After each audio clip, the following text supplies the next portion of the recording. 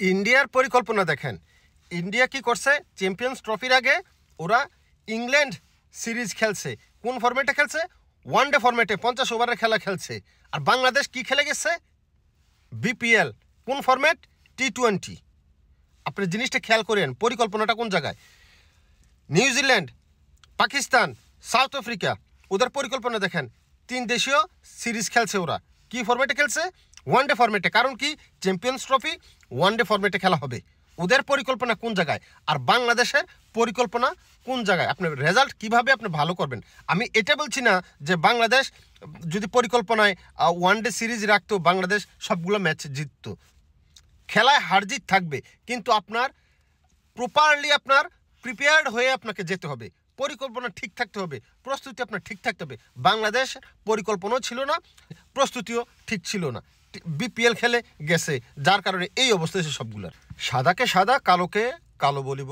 সাদাকে কালো, কালোকে সাদা বলিতে পারিব না। আর আইসক্রিম ব্যতীত কারো পা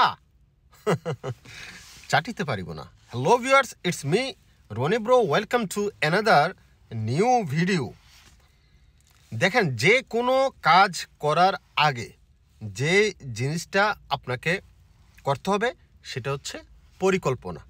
যে কোনো কাজ, আপনার সাংসারিক কোনো কাজ হোক, আপনার পার্সোনাল কোনো কাজ হোক, আপনার প্রফেশনাল কোনো কাজ হোক, যেটাই আপনি করেন না কেন, আপনি যদি সঠিক পরিকল্পনা অনুযায়ী কাজটা না করেন, আপনার সাকসেস হওয়ার পার্সেন্টেজ অনেক কম।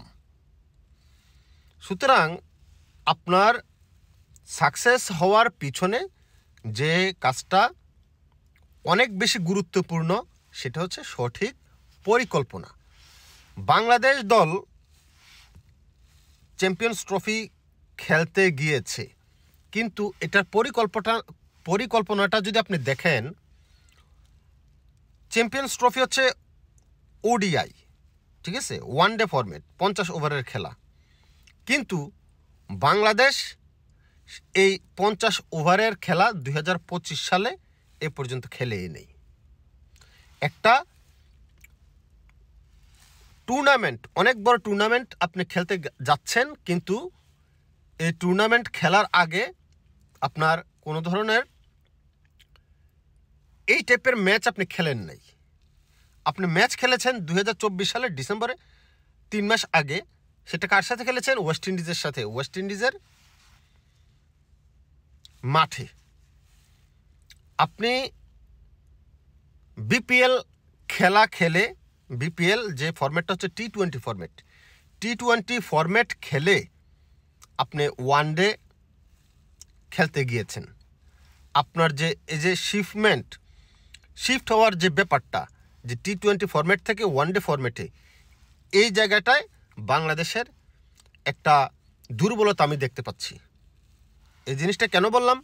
আপনি মুশফিকুর রহিমের আউট কিংবা তার খেলার ধরন দেখেন, সে যে কয়টা বল খেলছে, প্রথম বল সে নেমে কি চিকি শট খেলতে গেছে। স্কুপ শট কখন খেলে? আপনার যখন অনেক রানের প্রয়োজন, ফিল্ডার ওই সাইডে খালি আছে, আপনি 100% কনফার্ম যে ওই সাইডে ফিল্ডার খালি আছে, এখন এটা হচ্ছে রিস্কি শট, আপনি জানেন, কিন্তু আপনার যেহেতু রানের প্রয়োজন, ওভার কম, রানের প্রেশার আপনার উপরে, তখন আপনাকে এই ধরনের রিস্ক আপনাকে নিতে হবে। কিন্তু মুশফিকুর রহিম যখন মাঠে নেমেছে, তখন তো 96 রান, 97 রান, 3 উইকেট। ওই সময় রিস্কটা কি? ওই সময় রানের প্রয়োজনটা কি আপনার? ওই সময় প্রয়োজন ছিল সিঙ্গেলস, ডাবলস খেলে রান রেটটা আপনার ঠিক রাখা, 5-6 এনাফ। কিন্তু আপনি শর্ট খেলতে গেছেন চিকি, তার মানে তার শিফটটা হয় নাই, টি-20 থেকে ওয়ানডে শিফট হয় নাই। সে যেই শর্ট খেলে আউট হয়েছে, ছক্কা মারার সময় তো এখন না।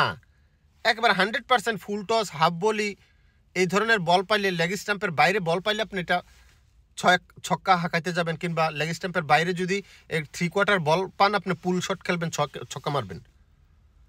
কিন্তু সুইপ করে ওই টাইমে শট খেলার মতো সময় আপনার হয় নাই।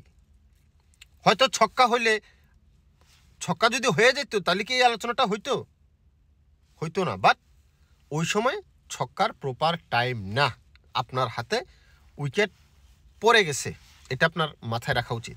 মাহমুদুল্লাহ রিয়াদ কয়টা বল খেলছে? কয়টা বল? ওই সময়টার ভিতরেই তার ওই টেম্পারটা ধরে রাখতে পারে নাই। সে একই কথা তার উপরেও, যে দরকার ছিল সিঙ্গেলস ডাবলস খেলে, সে ডাউন উইকেটে এসে যে শটটা খেলছে এটা সময় উপযোগী শট না।